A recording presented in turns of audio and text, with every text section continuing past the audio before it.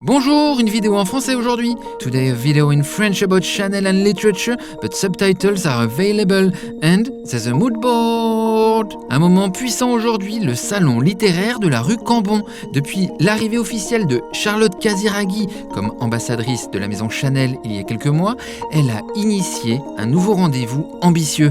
Nous avons pu assister au tournage de son échange avec la romancière Camille Laurence. Et l'actrice Lina Coudry a lu un passage poignant et révélateur de Filles, un livre de Camille Laurence qui parle avec grande justesse de conditions féminines. Pour moi, c'est toujours important de se retrouver entre femmes, parler de notre vie, de nos espoirs, de nos ambitions. Pour moi, c'est une démarche féministe. C'est forcément non seulement important, mais essentiel. Je crois au pouvoir de la littérature, au pouvoir des mots, de changer notre regard sur le monde. Le fait que Chanel, la maison Chanel, prenne cet engagement quelque part est très fort, et surtout la mode a vraiment un pouvoir d'actualisation, d'expression, de mettre en avant, de pousser en avant les choses et de pouvoir montrer aussi que les femmes ne sont pas uniquement désirables parce qu'elles sont plastiquement belles ou parfaites, mais parce qu'elles ont un regard sur le monde, parce qu'elles ont de la culture, parce qu'elles ont de l'audace. Voilà, c'est important. Camille Laurence est, à mes yeux en tout cas, une écrivaine importante dans la littérature française, mais aussi parce qu'elle aborde la question de l'émancipation féminine à travers la langue, à travers aussi les mots du quotidien, mais aussi parce que c'est une femme libre, c'est une femme qui dit oui au désir et qui nous emporte avec elle. Et pour ça, voilà, c'est quelque chose qui m'a beaucoup touchée et que j'avais envie de partager. On en profite pour leur poser des questions sur la littérature, et comme c'est la mode qui nous intéresse particulièrement sur cette chaîne, Fashion Book Club, on leur demande leur livre préféré sur Chanel. Est-ce que vous auriez un livre que vous avez beaucoup aimé sur Gabrielle Chanel ?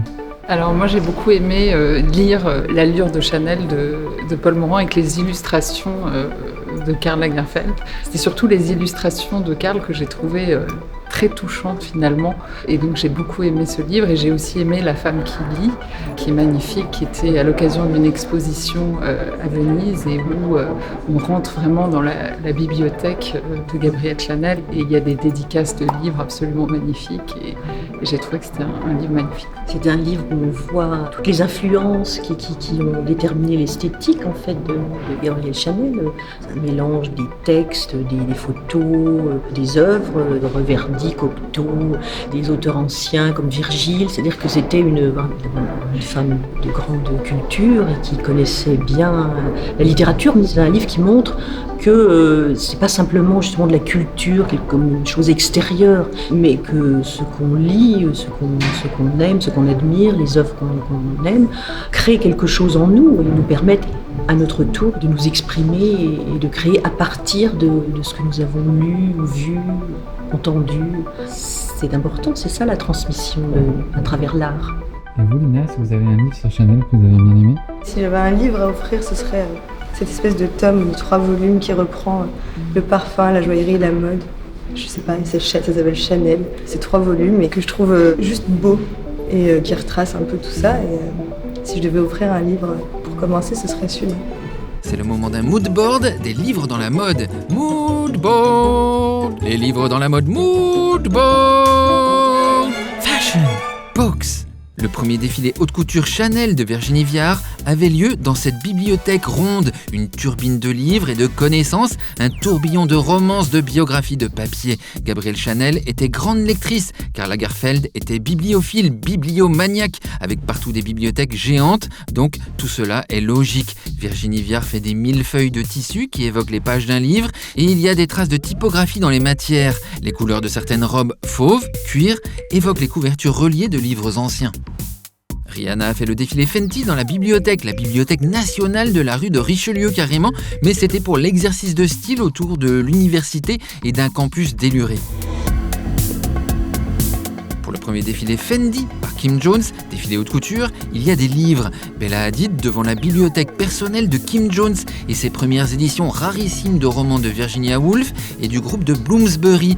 Demi Moore prend le livre et va le lire pendant tout le défilé. C'est Orlando de Virginia Woolf. Orlando de Virginia Woolf, livre qui obsède les créateurs anglais, comme ici Christopher Bailey, à l'époque à la tête de Burberry, en 2015. Les invités ont le livre en cadeau à leur arrivée sur le défilé et références élisabéthaines et androgynes partout dans la collection. Chez Fendi, en janvier 2018, Silvia Venturini Fendi avait reproduit une idée du 7L, la fameuse librairie-bibliothèque studio-photo de Karl Lagerfeld à Paris. Et les mannequins portaient la calligraphie FF, dessinée par Karl Lagerfeld en personne quelques années plus tôt. En janvier 1999, Dries Van Noten défile dans la Bibliothèque nationale de France. Les mannequins marchent lentement comme pour respecter le silence nécessaire à la consultation des archives. Pour son hiver 2021-2022, la collection Loewe par Jonathan Anderson comporte une collaboration avec la méga best-selleuse Danielle Steele. Le livre s'appelle The Affair et se passe dans le milieu de la mode. La littérature populaire, c'est ce qui passionne et amuse Nicolas Ghesquière, qui pour sa collection Louis Vuitton Pré-Fall 2020 s'inspire des couvertures de pulp novels. Ces livres d'intrigue rapide, littérature de gare comme on disait, mais tout ce qui compte, c'est qu'il y a des héroïnes, des bonnes typos et des bonnes coiffures. Sonia Rykiel fait en 2015 un défilé dans sa boutique du boulevard Saint-Germain, au lieu littéraire parisien. La boutique est transformée pour le coup en librairie, des livres du sol au plafond, l'idée d'une intellectuelle sexy. Et la librairie mythique de New York, Strand, sert de décor à un défilé coché par Christelle Cochet, qui défile aussi dans la bibliothèque étudiante de Beaubourg avec des bouquins sur les chaises des invités. Pierre Cardin, qui était académicien, avait eu le droit de défiler dans l'Académie française. Privilège. Il y a de la poésie sur les capes haute couture d'Yves Saint-Laurent, comme cette citation assez sombre de Jean Cocteau « Soleil, moi je suis noir dedans ». Celle qui a le plus fait acheter de livres aux fashion victims, c'est Olympia Le Tan, avec ses minaudières en forme de livres, comme sur ce défilé été 2016. Elle brodait elle-même les couvertures qui reprenaient les designs d'époque de grands livres. Et hop, la minaudière Tolkien, Alice au Pays des Merveilles ou Ulysse. Le podium où on lit, c'est le podium Chanel. On lit le journal comme ici Inès de la Fressange, en lunettes, un peu étudiante à Aubazine. Le livre comme accessoire chiquissime de la femme Chanel. Le code de son Wi-Fi, c'est Paul Reverdy 5. L'idée est que dans son sac Chanel, il y a du rouge à lèvres, des clés, mais aussi un livre et le journal. Elle lit son livre en défilant, elle ne lèvera même pas la tête pour les photographes. C'est une littéraire, plume à la main, c'est une romancière, une poète, parce que la femme Chanel ne regarde pas que son nombril, mais se cultive, s'intéresse au monde. Chez Chanel, les mannequins passent devant une bibliothèque ancienne à Salzbourg, ou mieux, devant la reconstitution des bouquinistes des quais de Paris. Évidemment, ils sont remplis de livres sur Chanel. Et le bouquiniste, c'est Brad Koenig. Et Adou Takesh, en mariée, porte carrément un habit d'académicienne, le même que celui qu'on porte le jour où l'on est officiellement reçu à l'Académie française. Et c'est Karl Lagerfeld qui avait dessiné la tenue de réception de Marguerite Yourcenar. Voilà, c'était le moodboard des livres dans la mode. Moodboard. C'était mon compte-rendu du rendez-vous littéraire de la rue Cambon. J'espère que ça vous a donné envie de lire Camille Laurence. L'intégrale de leur échange est sur la chaîne YouTube de Chanel.